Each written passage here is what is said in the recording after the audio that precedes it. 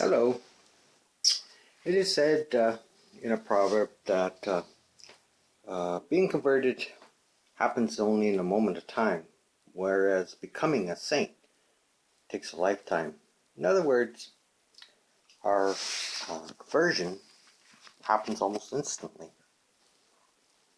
However, in order to bring us up to maturity in Yeshua, we must be broken over and over. Requires a lot of study, modification, correction, kind of like Windows or other programs on your Android or favorite device. You always have to do an update, a correction. Something went wrong with a program. Sometimes what goes wrong with the program is a computer error or a hacker. In life we have a great hacker. His name is called Lucifer. And he likes to change our programming and confuse us. So a small correction, update from Yahweh often sends us back onto the path. He calls us to shed the garbage that we often pick on to ourselves. He wants us to dispose of all our other goals and objectives and make his goals and objectives our main priority. We have a lot of people on the internet who post selfies. Click, click, click, click.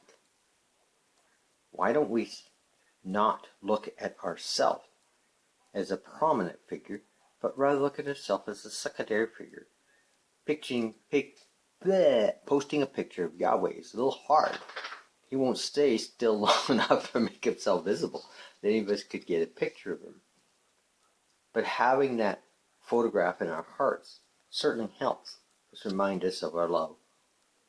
Very often, amorous couples whose husbands travel a lot or wives travel a lot take pictures of each other to remind them what they look like.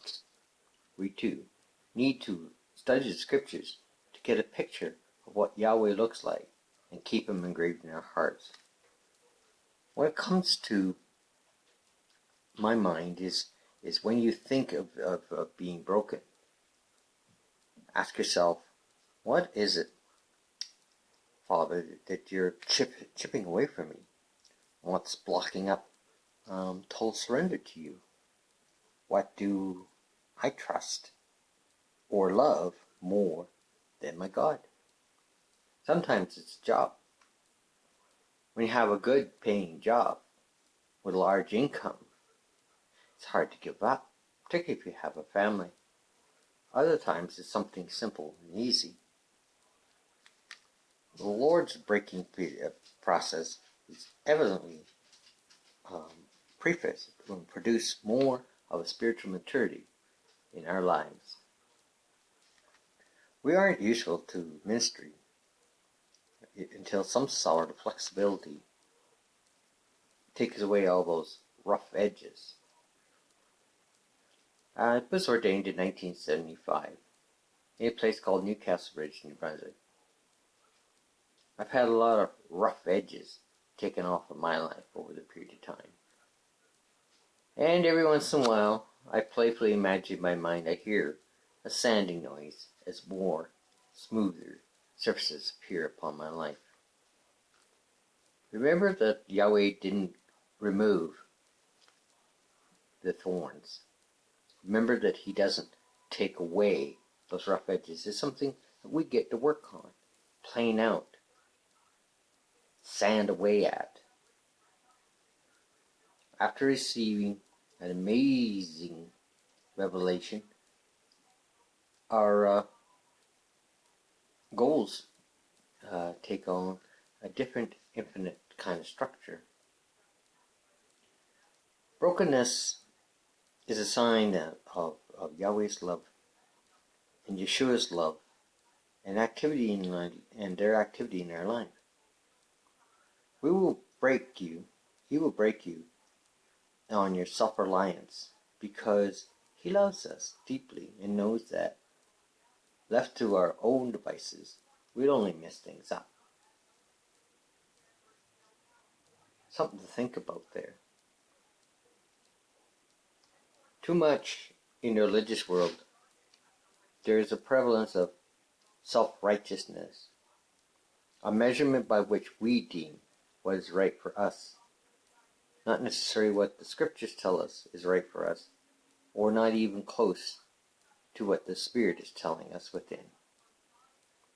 If we truly follow Yeshua, we will want to do the will of the Father. And the will of the Father is to be broken and contrite before Him, become softer to sculpt. I have a friend who is an artist. I have several friends who are in various form of artistry. We all go through the pain. I'm a writer, some are painters, some are sculptors. The sculptors will tell you that they can relate to the Divine Spirit faster than the other ones. Why? Because the Bible uses a lot of pottery terms, where they will go over a vessel again and again and again. You could tell people at craft stores who are amateurs, because they have a habit of selling stuff that isn't quite perfect. But as you go through the craft store, you finally find where the potters achieved the ultimate prize, and you see something of great value, and you desire it greatly. What is it that draws us to Father? It's the ability to be flexible, to change, to grow, to give things up that really aren't that much which matters. Several people out there are making this ISIS thing a thing that matters. Why are we so concerned with the things of this world? These things were written of and need to come to pass. We want to grab guns, we want to take to the streets, we want to violently wrench back our country. This is not right in our father Abraham, even though he was given the land of Canaan for his possession and for his family, considered it nothing. Rather look for something further on beyond. Christianity has taken a very grim view. And if we're talking realization within ourselves, I'm going to tell you people who look at this video, share this with people you know, have that thought and idea, let us try and take this country back. You will play into the end game and drop the card that they're waiting for. People wondered not that long ago about those trains and those internment camps. They wondered what could it be for. Maybe these insane ones, these zealots, who feel that there's something worthy to hold on to this planet, who are not ready for the kingdom that is to come, and the establishment of Yahweh and His rule under the Mashiach in Jerusalem is of any value, and simply seek on to the status quo of what there is. Rather than being upset and angry about losing what really is irrelevant to our life, take a look as a measure of which we can now say, broken and humble, we are prepared for what is yet to come. We welcome you, Mashiach. We welcome your government. We welcome your laws. We welcome your love. May you justly divine us. May you justly judge us. May you justly reward each man according to his value, his worth before you.